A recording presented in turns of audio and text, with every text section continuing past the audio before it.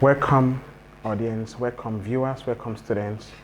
It's a nice time having you here again. So please do the needful, get your marketing materials. Let's move on. Let's go into day's lesson. I want you to also try to make sure that every lesson you view or you take part of, you go to check yourself to be sure you learned by checking up past questions through using our exam guide. Very important, very necessary to do that. Even as you read, even as you learn, you can actually open your exam guide and be checking questions alongside if possible for you, so that you know that you are following up and be able to answer questions that relate to those questions that you see there. Okay, today our topic is formation of limited liability companies. How is it formed, the formation process? Today we will define company, define the private limited and public limited, and explain how limited companies are formed. So let's go into it.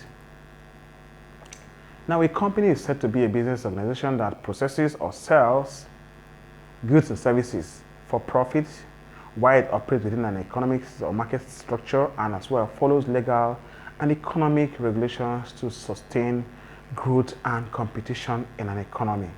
So this is the meaning of what a company. So any business that you see that falls under this description is what it's a company. We have two types that we defined the other time. Limited liability companies are companies whose liabilities are limited, whose shareholders' liabilities are limited to the amount of capital invested in the business. All right? They cannot pay liabilities beyond their invested capital. But unlimited liability companies are those companies whose shareholders or owners can have unlimited liabilities. That is, any liability of the business is paid 100% fully, even if they have to sell their private ownership of any other property to settle the debt of the business in question. So that is the two most common types of companies we have. So let's check.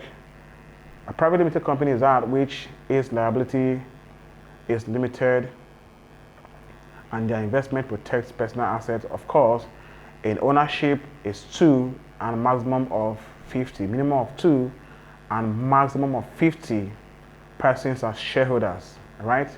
Whereby for the private public company, you have a company that can sell shares to the public and whose shareholders have limited liability, and the minimum amount of number of persons that can set up this business is 7, while the maximum is infinity, endless, okay, to no number. So let's go further. Now, the basic formation process. The basic formation process. For you to start a business, you have to look at these basic steps in forming a limited liability company. Okay, the first thing you do is to, choose a business name. You already have in mind what you want to do. All right, you have to pick a name, a unique name that follows legal guideline. Of course, that name should be a name that you know or feel or believe or think that can actually sell your business. It has to be a name that has credence to what you want to do, that will give attraction to the business in question. So, number 2 is to register the company, file necessary documents with the Registrar of Companies or Corporate Affairs Commission, our relevant authorities that partake or authorizes your existence. So you have to register the business under their authority, then prepare legal documents, most common and unavoidable documents that you have to prepare. You do them, create an MOA, that is Memorandum of Association, which entails the company's objectives and released more to the public. This document is what tells the public what the business is all about and attracts the public's interest. So you use such documents, you create such documents, and again, the other one is called Article of Association. Also means this also entails or details internal operations of the business. All right. So yes, this document will be created. Then again, you will take further steps by defining ownership and capital in this process. What will you do here? Here you will decide shareholder structure and initial investment. Is it a private limited company or is it a public limited company? So you know the amount of shareholders that can become owners of this business. All right. Then again, you obtain license and tax registration from the relevant authorities to ensure compliance with legal and financial regulations. So these are the things you would do to form a limited liability company. In extension, you have to start operation after you've been given the go-ahead or certified fit enough to exist as a separate legal entity. You start what? Operation. That is, you set up the business and begin activities, begin to produce and sell. These are the most common, simplest, or basic processes to go through to establish a business. There could be other ones in between, but these are the most unavoidable steps you need to take to run a business in terms of limited liability nature. Okay, now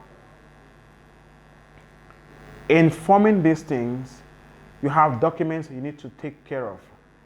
These documents, like I mentioned, few are just mentioned in brief. So let's look at this formation. The documents that are required in forming a business of limited liability company. Yes. So documents that are for the registration of the company with the Corporate Affairs Commission include the following. Number one, memorandum of association, article of association, prospectus, certificate of incorporation, and trading certificate. So these are the six. So 5 types of document that you need, all right, to run this business without any kind of hassle or difficulty. So the first document there, we call it the Memorandum of Association, MOA.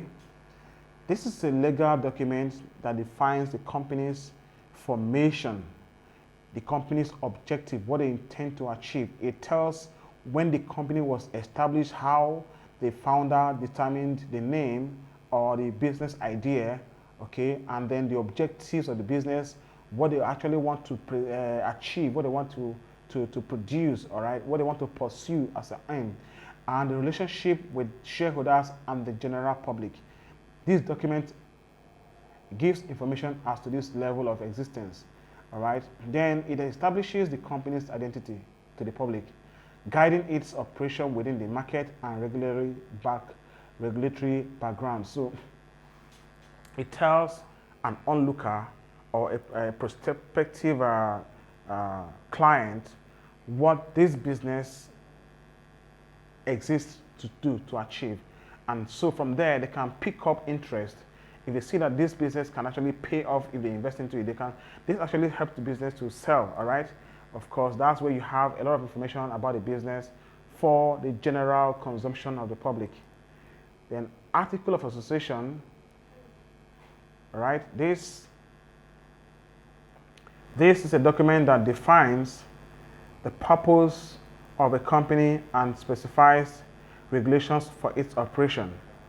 This document helps the business to detail how it relates to its internal staff or members or shareholders within the business. It contains all the rules and regulations for the internal operations of the business. So anybody who is employed as a staff or has to work with the business internally will be told how to work, because this document will explain each of them to you if you are involved.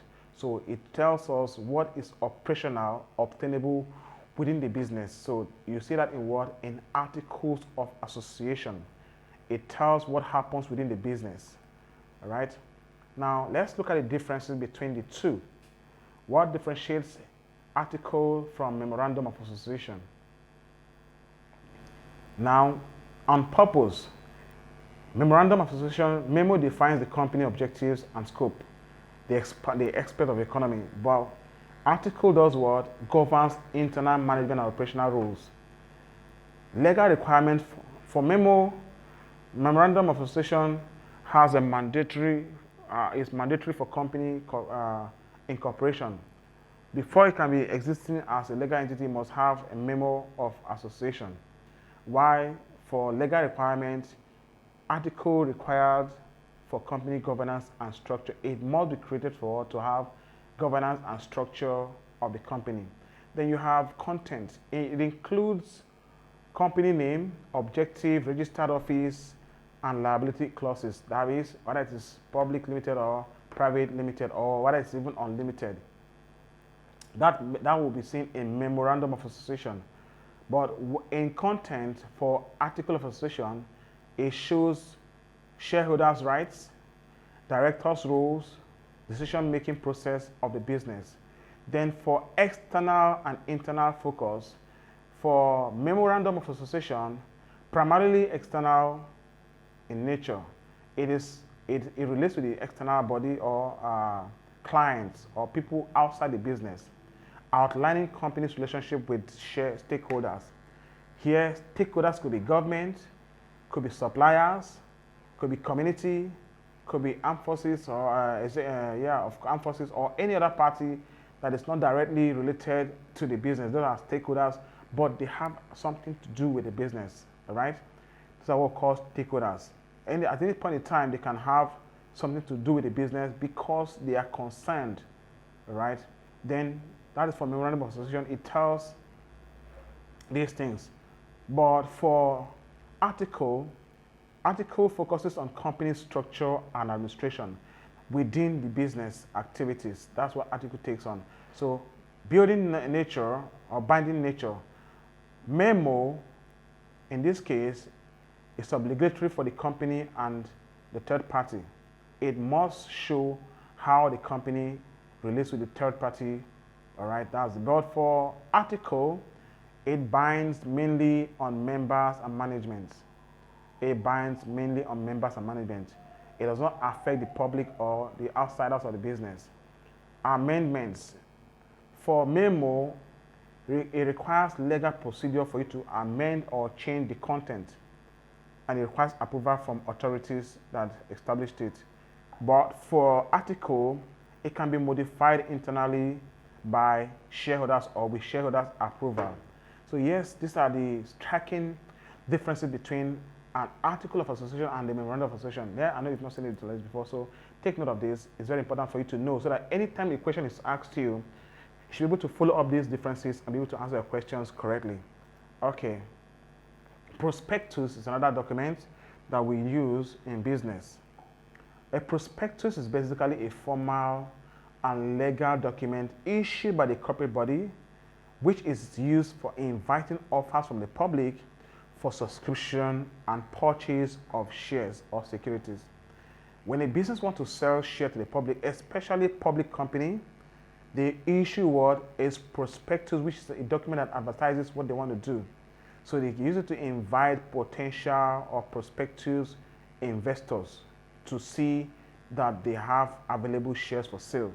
So that's the document that is used to market the shares to be sold by public limited companies. So yes, and then the key information that you can find in prospectus are as follows. Number one, you will see the company overview. That is the background of what the business is made up of. All right, what the business is established for the reason why the business is established. Then objective, what they are pursuing either at the moment or in the future, what they intend to achieve. So as an investor, you can see that this business is what has focus, has futuristic positive returns, and then it has business activities as well. Then for another one, you have financial statements.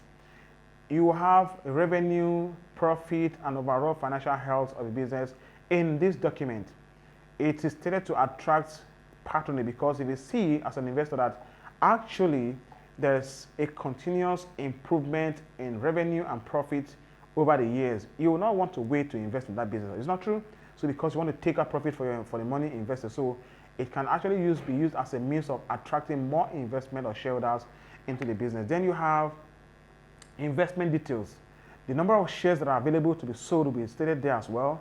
The pricing of the shares and the risks that are involved will also be there. So you decide on your own whether you are fit enough to be there or not. You tell yourself what you need to do, whether you want to buy into the business or you don't want to buy into the business, because it will be telling you exactly what you stand to gain and what you stand to suffer. That's an open door policy for you to make, all right? Then there's legal disclosure, the terms and conditions of regulatory compliances and shareholders' right are also stated there. You can see it. It's like a brief introduction to the entire memorandum of association in the business. So they tell you what the business is doing in a brief through what? This prospectus. Yeah, I can just tell you here now that a summary of the prospectus, of the MOA, it can be found in what? In the prospectus to attract what? Business clients. Of course, this document helps investors and make informed decisions by providing transparency about the company's financial status and business operations. So this is also used to what? To attract patronage. Certificate of incorporation is another document that must be obtained before the business can be formed or run. It's an official document that proves that a company has been legally created and officially exists as an entity. All right? Without this document, you can't say that the business exists as a corporate, separate legal entity. It informs or confirms that the business or the company has met all legal requirements for incorporation and operates as a separate entity. So that's what it means, that this business exists as a person of its own. With this document, you know that you cannot just play around with it because it has a human existence of its own. It can fight you if it chooses to do that, all right? So be careful when you go troubling this kind of business, all right? Of course, it will breed and maybe fight you back. So yes. Key information in certificate of incorporation. What would you see in these documents? You will see the company's name, the officially registered business name. You'll see it there. You'll see the registration number, a unique number or identifier for the business or for the corporation. It will be there. It's unique only for that business. Like you have 1, 2, 3 to any number. That particular number will be only for that business. No other person or business will have that number, as the case may be. Then you have date of incorporation, when the business was officially approved to start or to exist as an individual of its own. So the official date that the company was established will be there. That date means that this is the birthday of the business. All right, that birthday of the business is what we call the date of incorporation. All right, the business's birthday. Of course, so take note of that. Then you have types of company. Is it private limited or public limited? You will see it in this document called Certificate of Incorporation. All right. You have legal authority, the government agency or corporate body that issued the certificate. Mostly it is done by what? CAC, that is Corporate Affairs Commission of the country.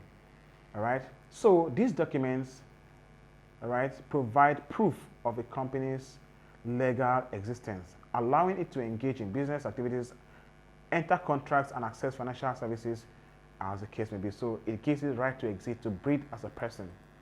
Okay, have trading certificate. This is another document that is used in this area of business activities to open or run a business. For this certificate, it's actually issued only to the public limited company. That is, it's a legal document that is issued by the registrar of companies to a public limited company, allowing it to start business operation and trade publicly. Without this certificate or without this document, the PLC company cannot start business, cannot start operation, cannot produce, cannot be existing, cannot actually do anything. Because if you do, you enter or run into a problem with the authorities that be. So you must obtain this certificate first before you ever venture into any kind of business activities of its own. So it is required after incorporation, but before the business can legally what? Conduct transactions or issue shares to the public. So without this certificate, nothing happens. Nothing happens in terms of trading. All right? Nothing happens. The key aspect of these documents include the following.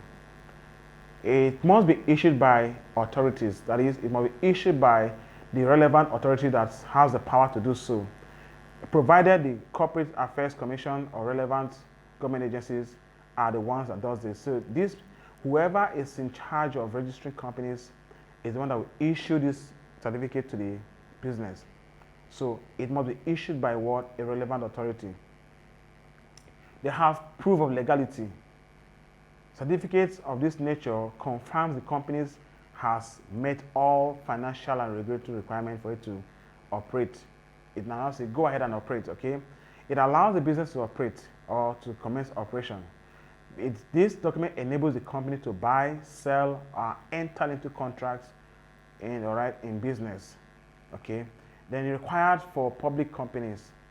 Only PLCs can have access to this or will be given or issued this certificate. It is not given to private limited companies, all right? They don't need it. They don't need it for anything. So yes, without a trading certificate, a PLC cannot legally begin commercial activity or raise funds through what? Sales of shares. I hope that you have actually learned this. It's very important you follow this, all right?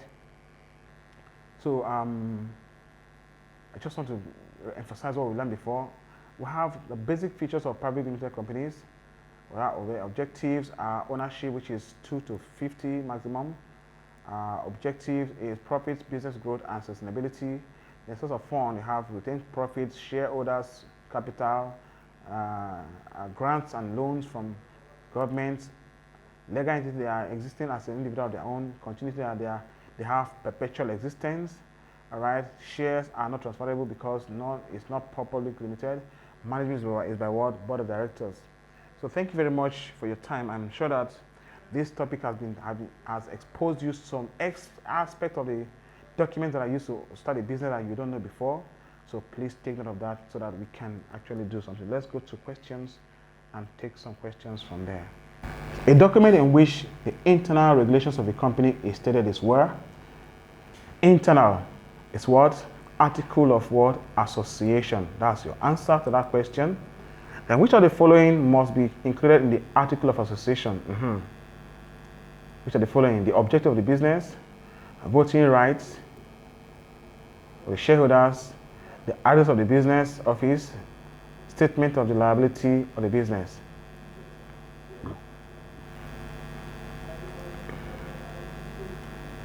Remember, it's about internal operation, all right? So it has to do with what? Objective is stated in where? Both, okay? Voting rights of shareholders is what? Is with the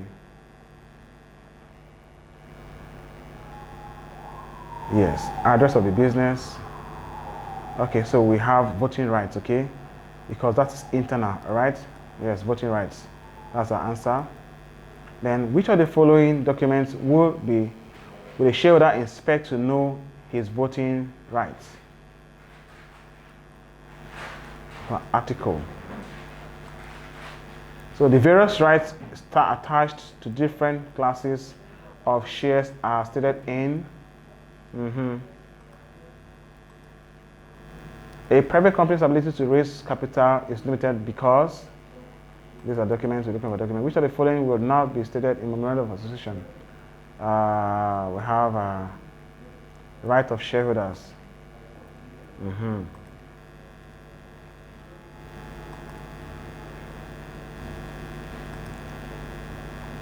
The word limited written after the name of a company means that it has democratic system, profit is determined by management, members are liable to the extent of their investment or shareholding only. Yes, that's the answer. C is the answer. Then we'll check again. Contributing money to buy equipment for making and marketing of products is a feature of, sorry, that's not, I don't want that one.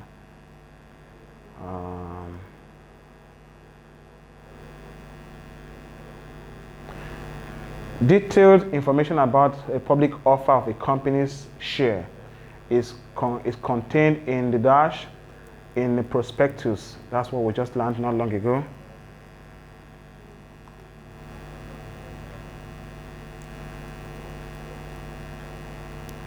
One similarity between the private limited company and the public limited company is that they receive certificate of incorporation. Yes, they are required to publish their final accounts. They sell shares on the stock exchange. They have equal number of members. This one has 2 answers. They both receive certificate of incorporation as well. They are required to publish their final account. Okay, so we'll leave this out. So thank you. We'll please ensure we can't do all the questions here for you. So make sure you follow up and check what you've learned. Browse this app and check a lot of questions that have to do with this. This is not all. Thank you very much. God bless you. See you in our next class. Thank you. Till then.